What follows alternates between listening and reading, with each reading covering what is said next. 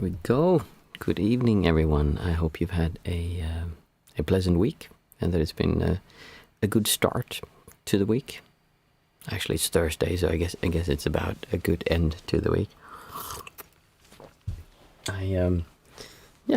It's interesting. I'm back to work after having been off work for the summer, and it's interesting to feel how different it is when you haven't had to be anywhere. This whole idea of, I need to be somewhere. Hey, Mindful Mama, nice to see you. When you need to be somewhere and you have that feeling of vacation time there is no time. There is nothing you need to do. Everything you need to do, the only thing you need to do is just to wake up, make food for the kids. Hey, Andres, I'm fine. Thank you. And you? You were in Sweden, right? So are you back from your vacation, or are you still on vacation? But yeah, I was saying, when you're on vacation, it's interesting how it feels so different, because then you just need to get up, make food for yourself. If you have kids, then you make food for the kids, and then you take care of the kids all day. And just do stuff, kind of, that needs to be done. There's not a feeling of, we have to do this. I need to be there at this time. Instead, it's just a feeling of, what should we do today? Like this feeling of openness. And there's not a feeling where you need to be somewhere at a specific time. And I think that really creates a sense of ease and relaxedness. There's not a feeling of pressure from the outside world in the same sense it has when you're working. And that is more closely related to what life was like when we were kids. Because when we were kids, we didn't have all these, I have to's, I need to think about that. Working, okay. Did you finish your vacation? Or because you were Swedish, right, if I remember correctly? The feeling of I'm working, so I have to be there, I need to pay the bills. For a child, it's just, we just do whatever is necessary to kind of make it through the day. That's as far as they think. Do you think we can take that feeling with us while we have to do things? Of course we can. It's just that it's difficult, because in our minds we so... When you start breaking this connection that feels so real, that feels like, when these things happen, I should be stressed. When, like, somewhere to go, something to do, but I don't need to hurry. I like the song. When you start breaking that feeling of you have to be somewhere at a specific time, or things need to be a specific way for you to feel a certain way, it becomes really weird that we keep on doing this. It doesn't mean you can just stop doing it, but when you start seeing this and think like, wait a minute, why am I feeling bad now? There's no reason for me to have this pressure inside of me, this anxiety almost, or this feeling of I'm just not comfortable being here. If you think about it, it's rare that we're comfortable being here.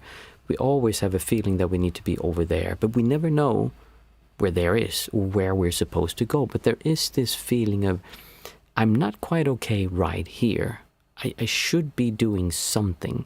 And then you start thinking about your house, or the bills, or the kids, or your garden need to be fixed, your work, or there's always these things that need to be taken care of. And as soon as you do, you start pulling a little bit that way. It's not that you cannot think about it. You can absolutely think about it, but we tend to involve our sense of self, and then we say, at work, I have this situation here, and then you have a colleague that you have some kind of friction with, and you start thinking about that, and then you start distorting toward it. You don't have to do the distortion. There's nothing that says that you have to distort just because it's a difficult situation. It's just that we've kind of gotten used to living life that way, and it's part of our... I believe it's evolution. Basically, it's the way that we were kept safe and made sure that we could stay in the group, that we weren't rejected from the group, that it made sure we were safe and that we could survive. It seems very clear that it's an evolutionary thing. But we don't need that anymore in the same sense. We don't need to belong to the group to feel, to survive. And in fact, we can belong to the group, but we don't need to feel bad when we don't do as the group tells us to do, or behave in such a way that the group tells us you're expected to behave. There are still laws and there's still rules that we have to follow. Those things are kind of, cause and effect still exist. So those things we don't get away from. If you stop going to work, you won't get paid. If you don't get paid, you very likely won't have any money to pay your bills for the house and the apartment. If you don't pay your bills, then eventually you will be evicted because you're not paying your bills. Those things still apply, but we don't need to feel the pressure or the tension or anxiety from that. Most people think that the way you solve that is getting, they call it FU money, like so much money that you can just say FU to everything. And that does help, but if that was true, then everyone in Hollywood and everyone, well, not everyone in Hollywood, but everyone who makes a lot of money in Hollywood would simply not have any problems. They would be perfectly set and fine, and everyone who is rich would not have any issues. They would just be happy, and that is clearly not the case. So even though it does help to have money, I mean, there's absolutely nothing bad about that. That's not going to solve your problems.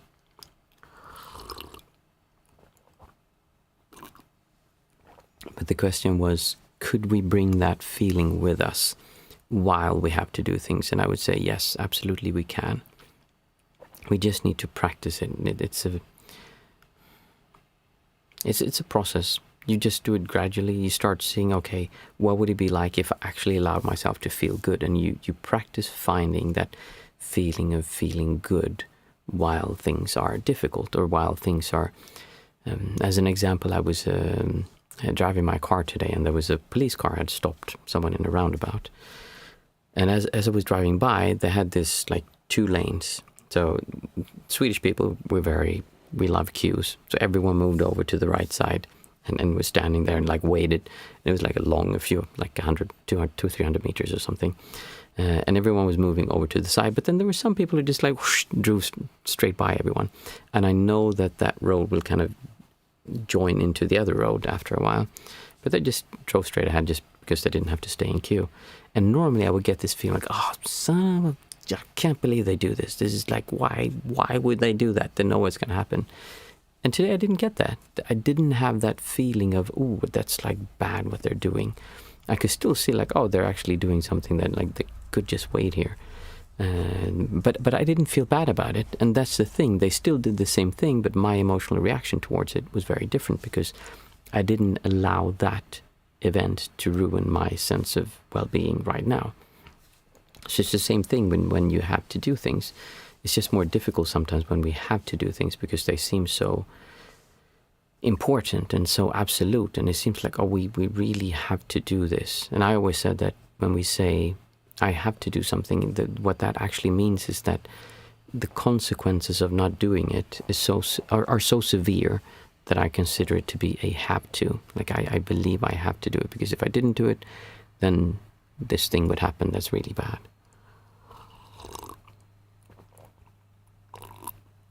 So yes, you most certainly could go around life having that feeling with you, even though you have to do things. There's nothing that says you couldn't, but it's not always that easy because we often, hey Nadja, nice to see you.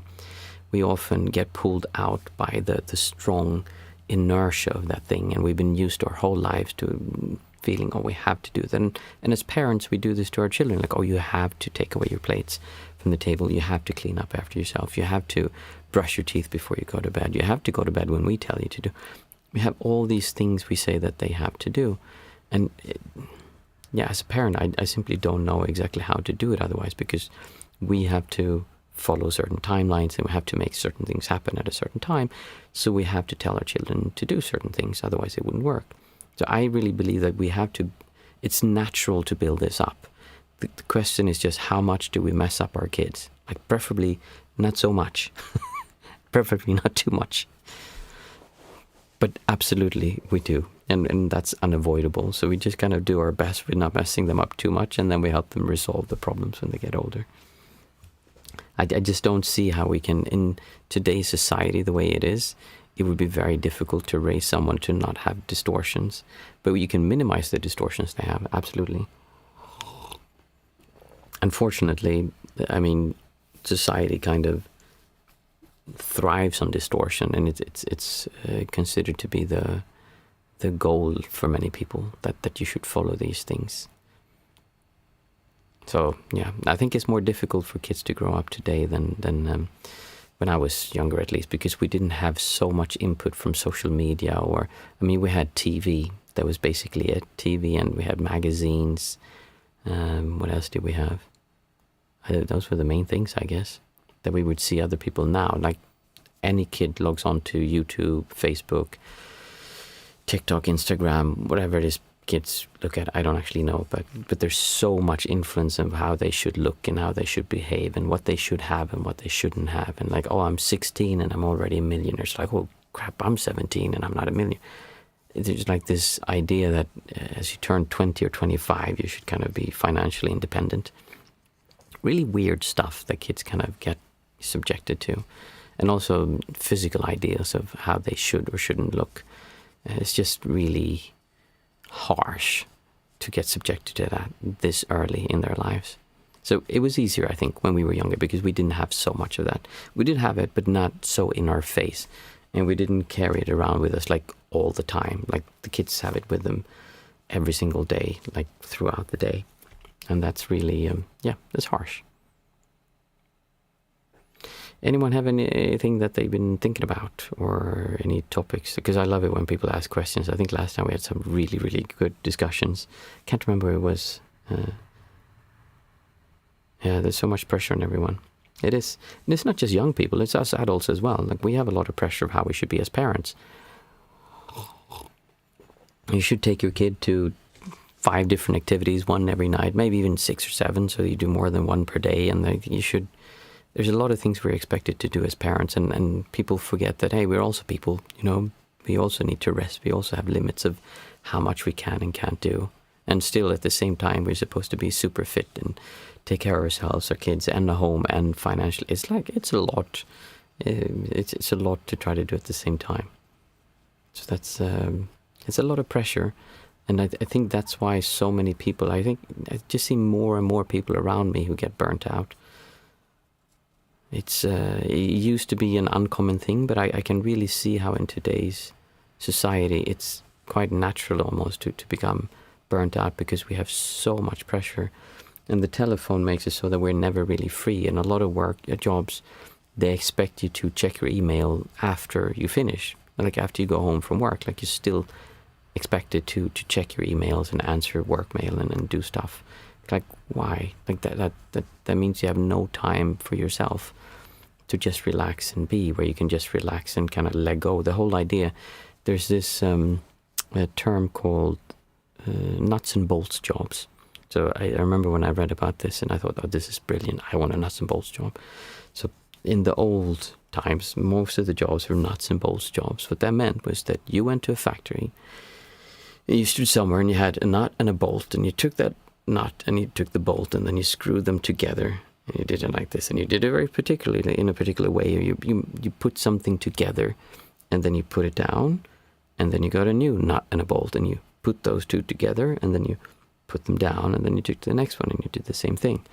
When you went home from work, you didn't go home thinking, oh, nuts and bolts, man, should I put 2 nuts on today, or should I put 3, maybe tomorrow? I'm going to try and switch it up, and maybe it would work better if I had 3 nuts. No. You had a nut and you had a bolt. That's what you did. Like there was no thing that would occupy your mind when you got home. Nothing that would leave you wakeless at night thinking about, oh, should I do this or should I do that? But most works that we have today are so stressful, because when we go home, there's always, what should I do about this or this situation there? And then you have conflict at the workplace that you have to deal with. And then there's all these things. So we can never truly let go of that. And that's something that keeps on pulling us the whole time. It's always pulling on us, creating distortion, pressure, which makes us not really be here and not really be now. And the more we do that, the more stress our body gets, and the more we get kind of jolted out of our center, and the worse we start feeling. I think there's a peak right now with women, especially mothers above 30, who are burned out. Never in history has there been this many. It's interesting how many people seem to go through the same kind of things before we change it. I think it's the same thing as I was saying about kids, kind of. They need to obtain a sense of self that is distorting for them to be able to get to the point where they want to get rid of it. Because it just makes so much sense that you want to have a sense of self, like have these powerful emotions and be really like engaged and so like the power that comes from having that, and then kind of get swept away with that. But until you can see how much that actually hurts you, no one can really tell you that, okay, you know what, there's a better way of living life. Because unless you've done that and gone through that and seen that, you know what, it never ends. That there is no end of the rainbow, it just continues. Unless you've done that, you can never get that. And see, Nadia, I absolutely agree, my friend. Whatever I do as a mother doesn't seem right or enough. Yeah, I don't know why this is, but it seems like men have an easier time, or I at least have an easier time with it, because I just do my best, and I know that it'll never be perfect. But I also had, yeah, of course it's difficult sometimes because I want to do more, and but yeah. I think mothers suffer more than men. Mom guilt is so real. Yeah, I think it is more for mothers than men. Maybe it's a genetical thing, but because I most certainly don't have it as much as I know mothers do. Even though I have it sometimes, for sure. I have it mostly when I if I ever lose my temper, then I that's something I don't like it when I do, and it's rare that it happens. But if I ever do get angry and like start yelling or something, if it gets that far, then I always feel like, okay, I'm a bad father. I shouldn't need to raise my voice to get my children to listen to me. I should be able to do it better. But sometimes I do, because sometimes I am tired. I haven't slept. My neck pain has been extra bad, and I'm under a lot of stress. And then it's just difficult to be the best parent that you can be. It's very sad. I realize I have it often in a group of women. I feel the urge to show how good I am to my kids. This is nuts. I don't need to prove anyone anything, but I still feel I do. Honestly, you both seem to be very incredible. I would try at least, but it's difficult.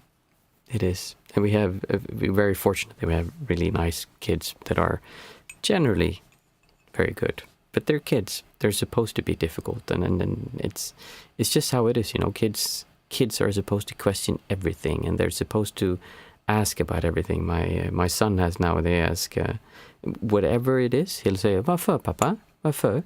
Varför is Swedish for why? Why, papa? Why? And like, we're gonna go to bed now. Varför, papa? Because it's late. Varför, papa? Because time kind of moves and then it's dark. Varför, papa? Yeah, because that's kind of how work, and then we get tired. Varför, papa?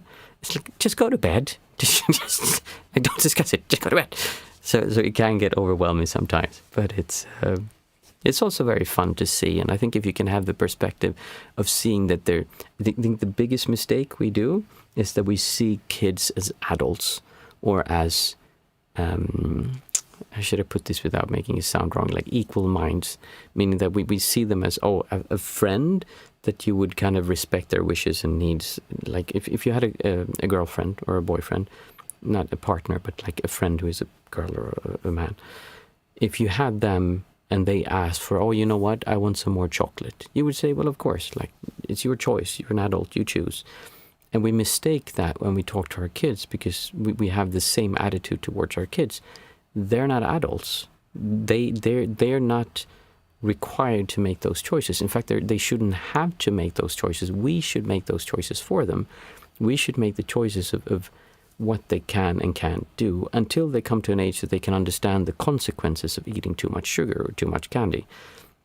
If they do, I mean, they can. It's like we can't forbid them like when they get older, but when they're young, it's our responsibility to make sure that they don't hurt themselves and that they go through their younger years without being damaged or doing something to themselves that they'll regret later. That's permanent, kind of. So, and I think a lot of it has to do with, we have to really see that they're children, and we should respect them, we should listen to them, but ultimately we are the adults, and we need to take responsibility and make those choices. When I was younger, it was much easier. Like the parents were parents, the kids were kids. When we went to a party with other like friends of my parents, it was, okay, you have the children table over there, and they sit and they eat sausage and mashed potatoes. Kind of, that was their thing. And then the adults sat over there and they drank and they smoked and they did their thing. And like you had the kids and the adults, and there was like a separation. Today it's, kids are like with adults and we do everything together. And there's something nice about that also. But we kind of misunderstand and think that they're adults, which they're not. They seem so grown up. My daughter is 6 and she speaks Swedish, English and Dutch fluently, all 3 languages, and she's really articulate, and she can talk and she can argue, make a good argument, a good case for what she believes in. It's very difficult to not forget that she's just 6 years old. She's just a child, and believe that she actually has the ability to reason and understand like an adult. Oh yeah, I think Nadi's a good mother as well. Yeah. I think that's probably really true. We make a lot of damage to our children when we try to be perfect instead of relaxing, meaning that we get... Because what happens is that you want to be perfect, so perfection usually means a certain thing. If we take that to the thing started out this session with, meaning that I need to go over there and it needs to happen in a specific way. If you believe in perfection as a parent, you believe that, okay, when we go out and we're going to go to the beach, everyone should have their sun cream, everyone should have everything. I as a mother... Because I, as a father, suck at this. I'm really bad. I'm sorry. Thankfully, I have someone who's very good at this stuff. I'm getting better, though. I should have all this stuff, kind of, and it should be perfect. We should have all the things, and if someone forgets something, then it's my fault, and it's not perfect. So then you have this idea of perfection. But then the kids start screaming because they want to have an apple, and then they get upset because they didn't get that cracker, and they get in the car, and it's too warm, and then it's too cold, and then we get there, and it's like, oh, I want an ice cream. There's all these things. So if you have the idea that for me to be happy, it needs to be perfect, and since they're not happy, that means it's not perfect. So then I get upset, I get stressed, and then I start getting this distortion towards things around me, and then I actually become a bad mother or a father, because now, all of a sudden, I'm reacting like, okay, be quiet, don't do that, no, we're not going to have that. And you start getting angry because the world is not as perfect as you want it to be. And so now, your desire to be a good mother, a good father, actually made you into a bad mother or a bad father, because you were too held on to the idea that it had to be this way, instead of going to the beach and, oh, you know what, we forgot our bathing trunks. Well, just bathe in your underwear. That's fine. If they're 3 years old, it doesn't matter. They can bathe in their diaper. It's not a big deal. So it's this idea that things need to be a specific way that causes us so much stress. And as a mother and a father, it's the same thing. I think mostly, though, we do it with our kids because they're so important to us. We do it at work as well, but when it comes to our kids, they're, for most of us at least, they're the most important thing they have. And I can see, okay, I can make a mistake at work. It's fine. Like if something goes wrong, it's not the end of the world. Worst thing that could happen if it really, really, really went wrong, I don't know what I'd have to do, but I would get fired. Or maybe I'd get like fined or something. Again, I don't really know what I could do to make that kind of mistake, but let's say that's like the worst thing. But if something goes bad with my child, in our mind, they die like immediately, or they get like a rare blood disease and they won't survive, like because I made a mistake. So there's this pressure to be perfect as a parent and make sure that everything turns out well for our kids. And it is true that our choices for our children have huge consequences for them in the future, but we shouldn't forget that it's not as serious as we usually think it is. I mean, I did so much dumb stuff when I was a kid, and I survived. That doesn't mean don't take care of your kids, let them run out and do whatever dumb stuff they want to do. It just means that we tend to overreact as parents, especially nowadays. Nowadays, everyone is so afraid. Yes, we are just human, absolutely. Nowadays, we're so afraid as parents that something would happen. So, like at schools, they don't dare to have anything that can hurt the kids, because then they get sued by the parents.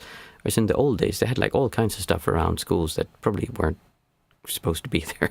So I think it's good that we're moving to a place where we're thinking more about these things, but I also think that it's kind of gone a bit overboard with some things, and we're just so afraid that something would happen to our children or to people around us that we're now kind of overreacting instead of letting them learn. I often say, like, oh, if our son, he just runs around, he has no self-preservation instinct, he just runs and falls and bounces around and just, ow, and like, he go, ow, mama, look, ow, and he comes like, oh, that's okay, and then like, okay, and then he goes off running again, unless he like breaks a bone.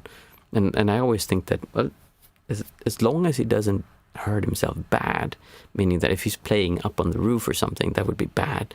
But if he's balancing on a chair and he falls off, I mean, me and my mama have a bit different opinions about this, but as long as he doesn't permanently hurt himself, I really don't have an issue with him falling down and hurting himself. Because for me, that's something where he would learn, okay, you know what? I probably shouldn't stand and balance on my chair. I did this when I was in school. Naval cord is still there. When I was in school, we had these chairs and we used to lean on them. And we'd see how far back can you lean. And I never forget when I did this and it was quiet. Everyone was like sitting and listening to the teacher. And I did this and I just fell down. And I hurt myself so bad because I fell down in the bench behind me. And it was really embarrassing. And I never did it again. Okay, maybe I did do it again because I was dumb. But I can't remember ever doing it again like that, because now all of a sudden I learned, okay, you know what? It's not a good idea to lean your chair backwards, because they keep telling you don't do that. It's bad. And still we do as kids. So sometimes we need to learn, as long as we as parents make sure that they don't get in situations where they can really hurt themselves. Okay, you know, swimming out to that island out there, like it might be too far. I might not have the energy to go back.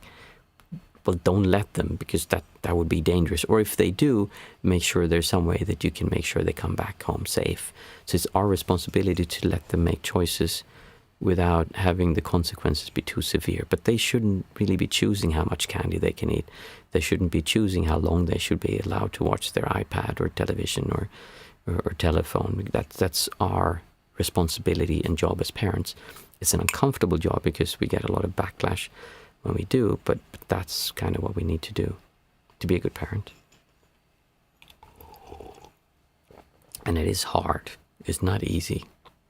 So when people put blame on parents and think, oh, you messed up my life and you do this, when you become a parent, you realize, I know that I'm going to mess up my kids in some way. It's just inevitable.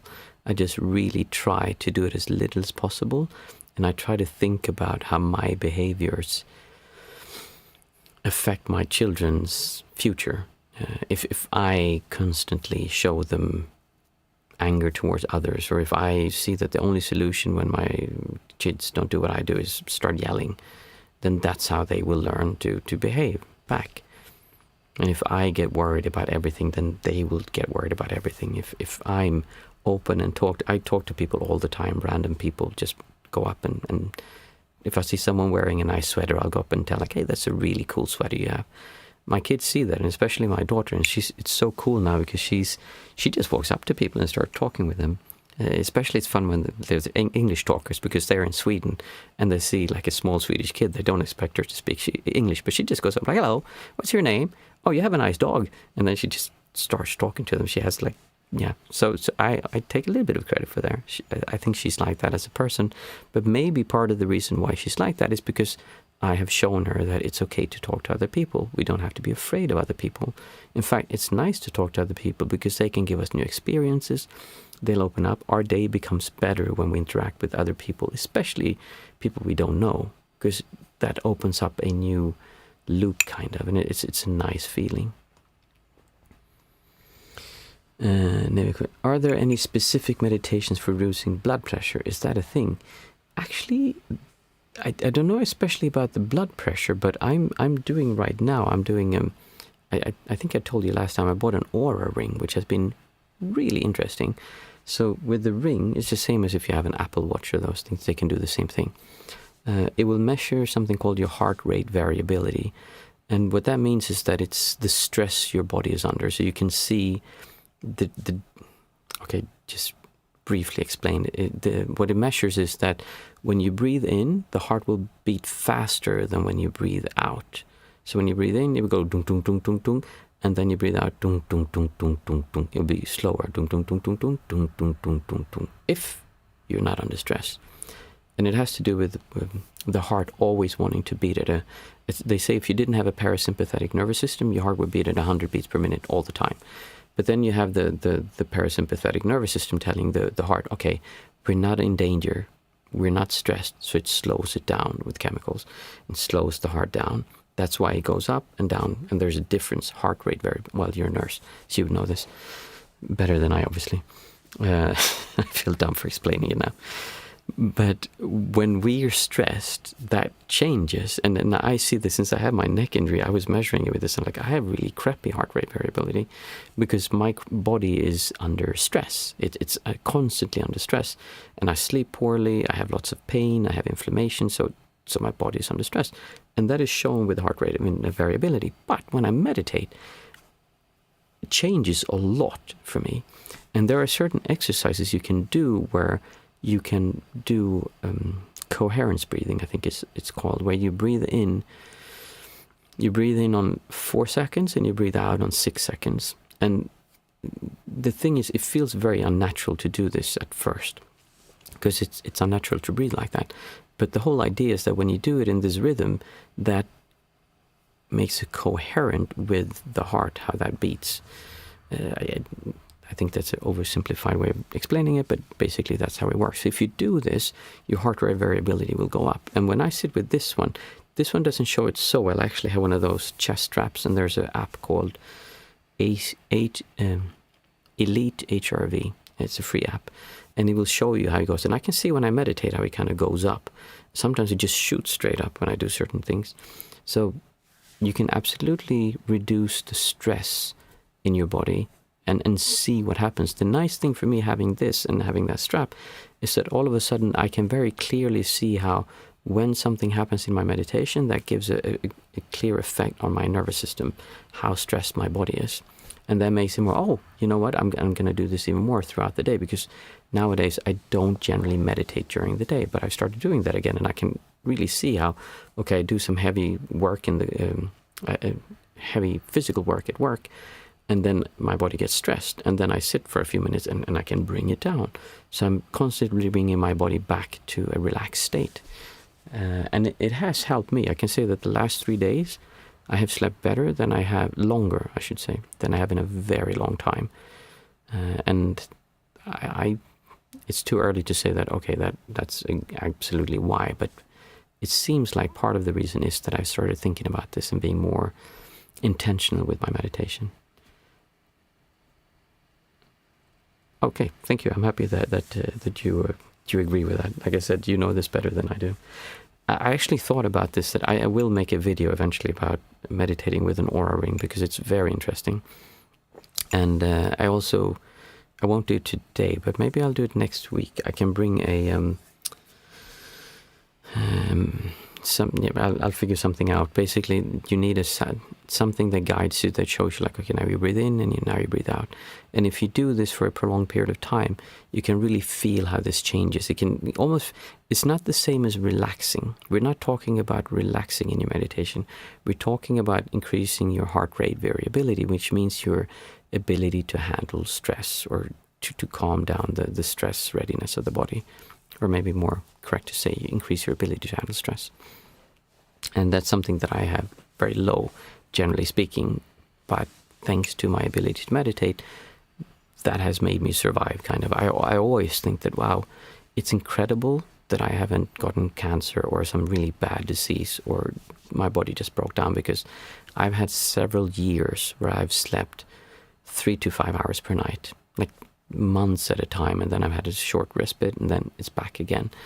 And my body shouldn't be functioning as good as it is with that kind of sleep. And the doctor actually said that it might be a disadvantage that you're so good at handling so little sleep, because otherwise you just break down and like quit work, or like take a break or something. But I'm able to continue, and I think a big part of that is my ability to meditate and find that, to come back to just being here and just experience, okay, what's happening right now.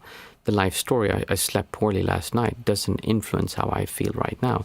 I mean, my body is tired, but that doesn't mean I need to go, oh my goodness, oh, I slept so bad, it was a terrible night, oh man, it's going to suck all day, it's going to be bad, and it's just going to, I know what happens when I sleep like this, it's going to be a bad day, and I'm going to hate it at work. I'm not going to be able to interact with people. I'm just going to be angry. I'm going to be angry with the kids. And I know this, and I get all that negativity instead of just, okay, not just breathe and just be here. And especially if I take a long meditation in the morning, I'm able to be quite positive with the kids many times, even though I barely slept. Many times I can kind of do that. But then I also rest during the day, so I need to take a break. If I would have a work where I was a doctor or something, where my full focus was needed, then I couldn't do that, because I simply wouldn't have the energy to do it. I'd be too tired. But meditation, absolutely can help with that. And I've been thinking a lot about it, how I could be more intentional with my meditation and more intentional with what I do, because I generally don't do many of those techniques. I just sit and it works. But I can clearly see that when I sit and meditate and I just get relaxed, it's different from when I do coherency breathing. Hey, Az, nice to see you. What's your day job? I work as a janitor and a kind of fix-it-all for the municipality here. So there's a nature school where I fix like the area and I take care of things, or they need something done, then I do. So it's very varied. I used to work with kids who were, I'm not sure what they call it in English. In Swedish we call it hemmasittare, kids who stay home from school for prolonged periods of time, like years, generally speaking. And it was my job to go and meet them. Usually I would go to their homes and first win their trust and get them engaged, and then find a way to see what was actually the problem, why they didn't go to school. Because most kids don't go to school because they don't want to go to school. They don't go to school because something happened that made them feel so bad that they don't dare to go to school anymore. They just find it like, no, I'm just not going to do this because other kids are so bad to me, or I embarrass myself so much, or I'm so afraid. I have so much. They might have autism, or most of them had something underlying also, where it was just causing so much stress to go in through like the front doors of the school, for instance. And then, well, if we can let you go in through the back door so you didn't have to walk through with everyone staring at you when you walk by. Okay, I can try that. So we would find solutions of how can we change their physical workplace to make them feel better, but also just get them going to understand that they're worth something, and that their opinion is worth something, and that they can do something about this. They don't have to just sit at home and not live life. Sounds like the most Swedish job of all time. Which one of them? The kids or the janitor job? I love both jobs. Actually, when I got burnt out, I had one kid who, very sweet kid, but he just had a really rough time, and he threw a steel rod on my head and then tried to commit suicide. And it was pretty bad. And that caused, I think that was the thing that just made me go like, oh, okay, I'm under a bit too much stress here. And I would take the kids with me home, so I would do exactly the thing I said before. I would have my telephone, and like if they needed me during the weekends, they could message me and talk, because my whole job was to make them feel safe and make them feel that they can find a way back to school. We have this notion of Sweden as being a hyper-liberal place where there is a lot of social concern for me. There is. We do care a lot about it. I see these things kind of on YouTube sometimes. There's a Finnish prison where they kind of do knitting and stuff. And the idea is that in America, they have the idea that when you do something bad, you should be punished. And it should be bad for you, and you should feel how bad it is. And then when you feel how bad it is, then you learn. And they do have that here also, for sure. There's certain criminals that are so bad that they can't just let them on the street. But in general, if someone commits a crime, they want to rehabilitate them, because if someone is a criminal and you punish them and they just go back to doing the same thing because you didn't give them an option of how to live in society without doing crime, then you're just going to have the same problem again. So here they believe more in, okay, if someone does something, then let's try to educate them. Let's try to give them a vocation, or there's support organizations where they take care of criminals who come back into society, because it's difficult for them to get a job because they've been criminals, so they have a stamp on them. So it is true. It is changing, though. I mean, it's not as much towards that as it used to be, I would say. Time just flew away. There's so much I could talk about with this, because I feel quite... I really believe in this. I believe in people. I believe that people generally want... It's like I said with the kids, when they stay home from school, we tend to believe, just give them a good spanking and just push them back to school, and they need to learn what's right. But I've seen so many of the kids who were home, they were all feeling bad. No kid wants to stay home and play computer games all day. They do that because they feel unwell. And most of the time when someone becomes a criminal and does stuff against society, because they don't feel well. See, before I go to ask, you know the 5, 4, 3, 2, 1 exercise. I find my face really, really buzzing during that. Is there a way to do it in less? Very likely you're focusing when you're doing it. Try to do it, I would say try to widen your awareness. Try to not, when, we can actually do it, and I'll talk you through it a little bit and see if that helps.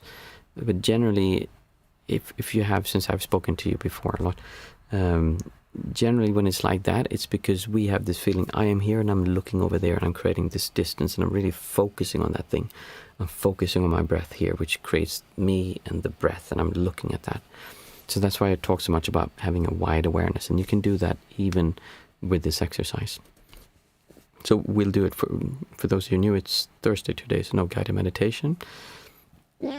Oops, sorry. But we do something called the 5, 4, 3, 2, 1 method, where we say out aloud 5 things we can see, 4 things we can feel, 3 things that we can hear, 2 things we can smell, and 1 thing that we can taste.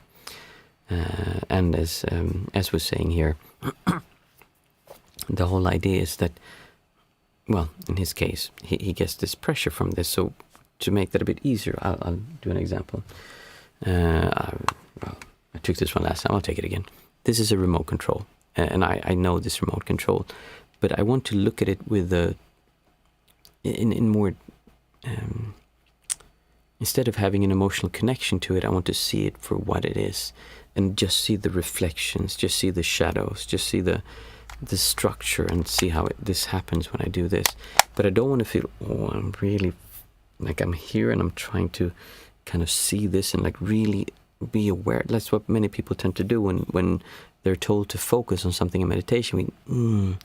Almost like Yoda trying to do something.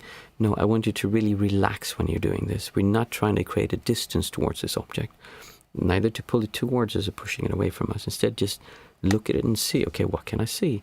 You don't need to see anything in particular. We're just observing what's happening, and we're trying to do that with a wide awareness while relaxing.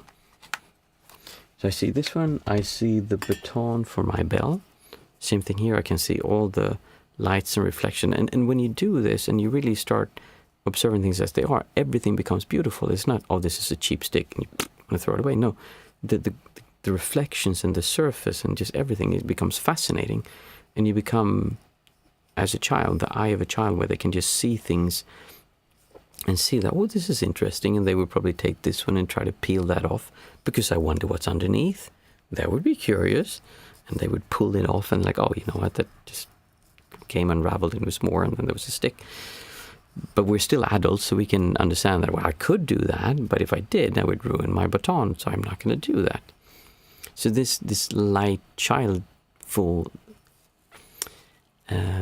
joy of using your senses and wideness and spaciousness. See, this one, I can see a bag. Lots of wrinkles on it. Same here. I'm not trying to really look at it. I'm trying to, as I look at the bag, I'm also aware of my surroundings around the bag. It's a few meters away from me, but I'm aware of everything around me. And I'm trying to let that object just be there. I don't need it to be over there. I don't need to have a feeling towards it. It's just there. I'm just observing it. Just the shadows, the textures, the structure, how everything looks and how it's crinkled. There's text on it. There's colors. Just being curious and not disappearing into the object, but being aware of the surrounding at the same time. And I can see a pair of, what would I call that? That would be a pair of mittens for feet. Pantoufle. Yeah, woolen shoes, inside shoes. There was 5 things I could see. Next we take 4 things that we can feel. So I can feel I have something itching in my nose. It's almost like I have some hair store or something. Maybe dust. I think some dust got in there.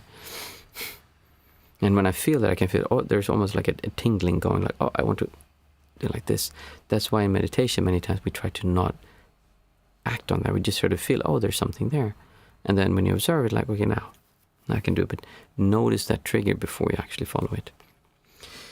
I can feel the sensation of my, I can feel the sensation of, what do you call it, my comfy pants on my knees. And I can feel how it's kind of warm and it's kind of tickling a little bit. I'm a little bit sweaty, so there's a little bit sticky. Okay, sticky was an exaggeration, but it's, I can feel it. I can feel my woolen sofa. There's so much sensations when I feel that. And just try to be joyful. Just try to feel like, oh, it's nice to experience things. It's nice to feel reality around you. And then I can feel my beard. I can also feel my hands touching my face, but I can feel the beard on my hands as well. Socks. Woolen socks, yeah, let's call them that. Hey, Amelie, nice to see you again. And that was 4 things we could feel. Next we take 3 things that we can hear. And you on your end, say it out aloud, the things you see, feel, and hear. Obviously not the same things I'm saying, the things around you. So I can hear the fan from my computer spinning, and it goes up and down depending on how warm it gets. I can hear the car passing by outside.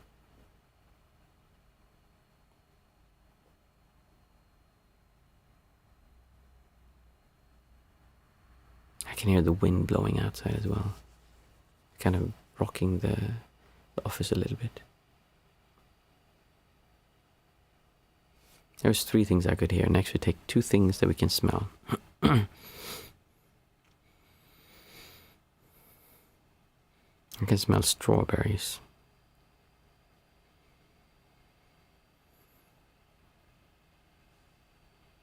And I can smell what smells like old furniture, or a room that's been warm with furniture in it.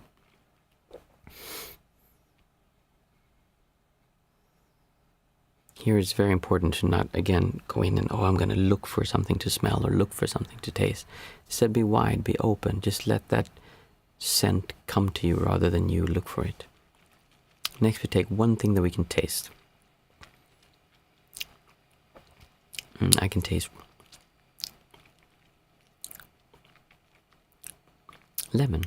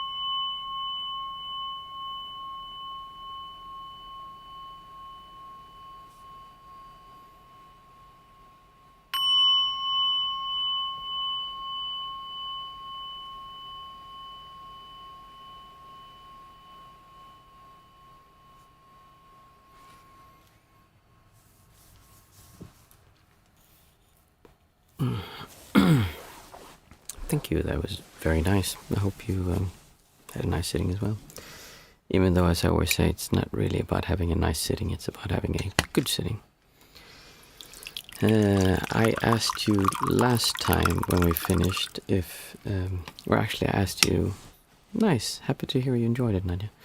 Why you, actually one thing first, Monday or next week after, I will try to do a coherence breathing meditation where we do this thing I talked about before, the exercise that raises your heart rate variability, because there's a very specific way of breathing to make that happen, and you need to do it that way, otherwise it doesn't work. And it's not just because you should just follow someone, that there really is a pattern to breathing that helps most people do that, and you can even figure out your own specific rhythm to this, but we won't do that. We'll just do the trying it out, the thing that works for most people. So either Monday or the week after, I will see if I can arrange some way of making a sound that you can follow. Second thing was, I said last time, I asked you why you came here. What was the reason you were listening to me, or why you actually, maybe not why you found the channel, but what it is that you're after, because I've been doing some tests last few weeks of making videos every week and trying different things and seeing what do people enjoy, like what is it they want. Is it to be soothed, to be calm, like Amelie is saying here? What is it that you're coming here for? And I don't mean this in a bad way or anything. I'm just genuinely curious what it is that makes you come to me. Because there's, I mean, if you go online, there's plenty of channels who talk about meditation and feeling good, but what is it that makes you feel that this is somewhere you'd like to spend? Relieving stress and life advice. Oh, life advice, I don't know if that's a good one. Relieving stress I can absolutely help with. I try to not give life advice, and I'll tell you why. And the reason is that I can never know your life as good as you know. I can never know what's right for you, and I think it's something that people tend to come to monks and ask for advice, and I think it's absurd when you come and ask a monk who doesn't have kids and you ask them for parental advice. It's kind of weird. They might have some insights and some teachings that they can share, but ultimately you are the one who will know that best. So what I try to do is I try to help people see the situation without themselves reacting. So if you can look at the distortion you have towards the situation and get rid of that, that means that you can see it clearly as it is. You don't see the choice you have to make through the filter of, oh, I'm afraid what's going to happen to me and I'm worried, I have anxiety. You see it just as the choice, and it's much easier to make a choice, and you will always be the one who's the best at making that choice. So I try to not give life advice like that. I mean, when I'm talking how I see parenting and things like that, that's not absolute advice of what you should do. I'm just sharing how I do it, and I mean, maybe I am giving life advice. Damn it, I'm not intending to. It's an accident if I do. I don't know about that. Yeah, so relieving stress, I think that's a big thing. Many people, I've noticed, I did interviews half a year ago for a course that I wanted to make, and I still want to make. And I found that almost everyone who came here had some kind of hurt inside them, something that was painful for them. So relieving that stress, or finding other ways of how to enjoy life when they've gone through difficult things. Amelie, I think you're very authentic. I want to get better with my anxiety and overthinking. Okay, that's very good. Anxiety and overthinking. Good, I'll keep that in mind. I think anxiety is a very common thing. Overthinking is not as big of a problem as we think it is, because it's the feelings that come from the overthinking that's the problem. The overthinking can just happen. Even when you're in these really clear states, they're still thinking. It's just that the thinking doesn't have any bearings on your well-being. It's just thought. Thought can be very useful, but unfortunately, for most of us, thought controls us. When are you going to do a retreat in Sweden? Ooh, I don't know actually. I might. I have considered doing. There's a local yoga center where my fiance teaches, and they've been discussing that they wanted to have a meditation course there. So I might actually do like a seasonal meditation course here, but a retreat, I don't have that in the works as of now. In the future, for sure. I think what keeps me coming back is also feeling the connection with the group. Yeah, I agree. The group is really nice. And meditating together, nice. Yeah, to feel that there's a connection there, I can see. Sophie, you're overthinking. Yeah, that's one way of putting it. It's easy to overthinking. Yeah. That's what we all do. It's so easy to look at our thoughts and think, oh, if I could just get rid of these thoughts. But when you really look at it, you'll see that it's not the thoughts that's the problem. It's the emotional reaction you have to those thoughts. And we're not trying to suppress that reaction. Instead, we're really trying to feel that and say, hey, what's there? And see that there's nothing there. When you really look at it and let it come up, there's nothing to be afraid of. One of my core values is connection. I can see that. If you have anything else, feel free to write it in the Discord chat. I'd love to hear, because I'm really trying to understand what kind of videos I can do such wide things and on different topics, but I'm trying to understand what would be the thing people would enjoy the most, and what would I enjoy the most also. But I have to take into account, of course, what people actually want to do. I think the main way you differ from other influencers is your focus on just enjoying life. Yeah, ultimately, you could skip everything I say, and it all boils down to just learn to enjoy being alive, because that is the main problem. That is the reason we don't feel well, is because we have these weird, crazy, messed up ideas of what we need to do to enjoy being alive. And very few of us allow ourselves to enjoy being alive, except for very specific moments when the stars align and we have something very specific happening. Then we can have small moments of actually enjoying being here. But the rest of the time, we make it very difficult to enjoy being alive and enjoy life. There's this idea that you need to escape life, or that life is bad and you shouldn't be attached to it. And there's truth to that, but the whole idea is you need to just learn to enjoy your life, not your life story, but your life experience. So I'm happy to hear that. Except the problem is that learning to enjoy being alive is impossible. No, it is not. It's just very difficult, because you've very likely been raised with the idea that you shouldn't enjoy being alive. I mean, all of society tells you that you shouldn't. In fact, you should just enjoy when certain things happen. And you're being raised with, guilt and shame and anxiety. Most of that stuff is just social constructs that makes you feel bad. So I talked before, I'm actually going to go to bed soon, but I'll just say this quickly. I talked how I was in a queue and there were people passing in the queue. And when they were doing that, I had this idea, oh, that's bad. They're doing that. If I would do that, oh, I would feel anxiety because I'm being bad towards other people. It's not a serious thing. I'm not seriously hurting anyone when they're doing that. It's just them passing. But I have this idea, when someone does that, then I should feel bad. And if I would do that, then I should feel bad. So what I actually did was that I passed in, I didn't say that in the beginning, but I went in that other line and I passed a few people to see what that felt like. To see, can I be okay with doing this? We're not talking about going out and like stealing from people. That's like bad. That's not the same thing. And that would be bad in the sense that it's illegal. But feeling that is bad to pass people, or to have people pass me, and really looking at that and saying, hey, it's just something happening. I don't need to bring this whole story about, oh, those bastards, I can't believe they do this, and like blah, blah, blah, blah, blah. Because that's what we do with everything. I'm a bad parent. Oh, then there's this story. If I'm a bad parent, I'm going to ruin my children, and everyone's going to see that, and I don't want them to be this. There's this whole story instead of, oh, just do your best. Just do your best and enjoy being alive. And if you're happy, if you enjoy being alive, I can promise you that there's nothing you can do that will be better for other people around you than just enjoying your life. Because I'm the best as a parent when I am happy, when I'm feeling good, because then I don't get upset with them. Then I don't do dumb stuff like looking at my phone the whole time, or like being, no, I'm really enjoying being with them. And kids love that. And I think that's the best way to be a parent, is to feel good. It's kind of that thing, in the airplane, put the mask on yourself first before the kid.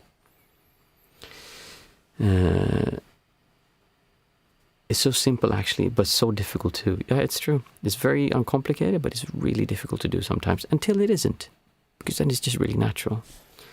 Amelie, videos on how to be mindful in daily life would be great. Okay, daily life stuff. I like that. Amelie, by the way, if you haven't joined there's a Discord. You can see in any of my videos, there's a Discord link you can join. And we have the 30th, is it this month? Let me just see. The 31st, we have a group coaching call on Discord where you can ask questions and we actually interact via a video call. So join that, and then I put out some other information there as well sometimes. Okay, bedtime. Thank you very much for sharing that. And as I said, if you have anything else you want to write, feel free to do that in the Discord. I'm happy to hear. Have a great weekend, and I will see you on Monday. Bye.